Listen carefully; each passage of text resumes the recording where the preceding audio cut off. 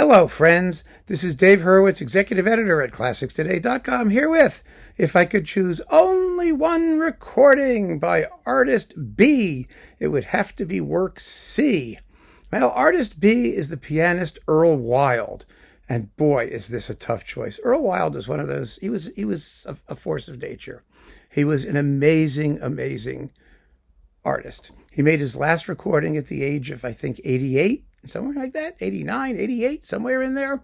He really had no lack of technique, certainly no lack of interpretive ability or intelligence. He kept himself in tip-top shape. And I've been listening to a lot of his stuff recently because I was reading his memoirs, which are completely insane, rather wordy and chatty. And he knew everybody and had no problem, calling it as he saw it. But the one thing that comes through particularly clear is that he managed to have a career not on any one label. His recordings are all over the place because first of all, he only played the music he loved, whatever it was. He didn't get to record everything that he loved because he loved a lot, but he played music that he enjoyed playing, and that comes through. It comes through in all of his performances. Not all of them are, the ultimate in fabulosity, but an amazing number of them are. And his repertoire choices were unbelievable. I mean, he liked a lot of unusual stuff. He did like the Charvenka piano concerto. He played Liszt at a time when everyone was down on Liszt, and played Liszt fabulously well. He did all Liszt concerts and things like that, which I think was just wonderful. And he made the music sound like it really matters, which it does, of course. I mean, it really does. He was an incredible Chopin pianist. His Rachmaninoff piano concertos are, reference recordings. He made transcriptions of his own, of all kinds of pieces, including lots of Rachmaninoff songs, which are, his transcriptions are being recorded by other pianists. They're wonderful pieces. He was a composer of real skill for the piano and for other media. He wrote ballets, he wrote oratorios, he wrote all kinds of stuff. It's really amazing. He wrote a terrific piano sonata.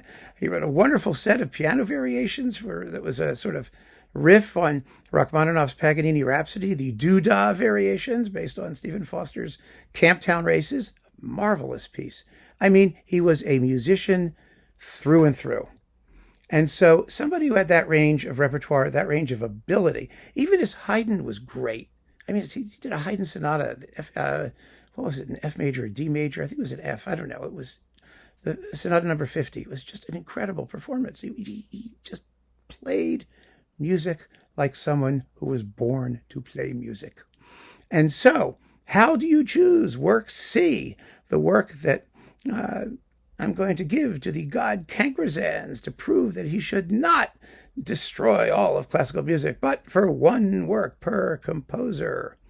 I really had a hard time coming to grips with it, but I finally chose one of his last recordings, Reynaldo Hahn, Le Rossignol éperdu. This was a recording premiere, world premiere recording. Yes, it was. This is a series, 2 hours and 10 minutes, consisting of 53 poems for piano.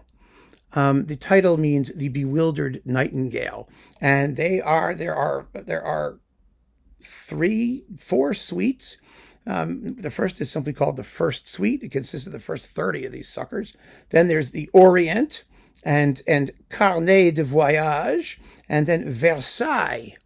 Those are the 4 general categories, and within that, these are pieces such as Rameau or Couperin would have created, little character pieces with fanciful titles, as often as not.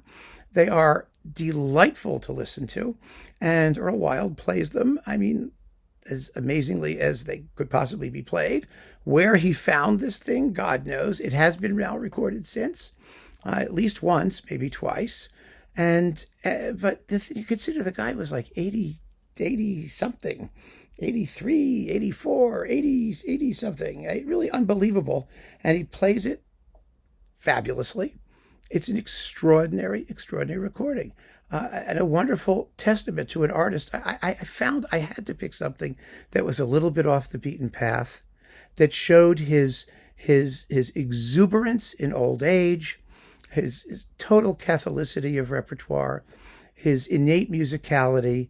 It didn't have to be the most virtuoso thing. These pieces are not technically all that difficult, but they are new and fresh and wonderful, and they will be a discovery to most of you. And they're a wonderful testament to the musicianship of one of the great pianists of the 20th century. Gosh, I mean, I just love this set. I really do. And if you haven't heard it, I think you will too. And if you don't know Earl Wild's work, you probably do from the Rachmaninoff piano concertos, but you should hear some of his other recitals and things because he was a marvel. Absolutely a marvel. Nowhere more so than in this delightful four suites, 53 tone poems for piano, the Rossignol, éperdu, the Bewildered Nightingale by Reynaldo Hahn. So keep on listening, friends. Thanks for joining me, and take care.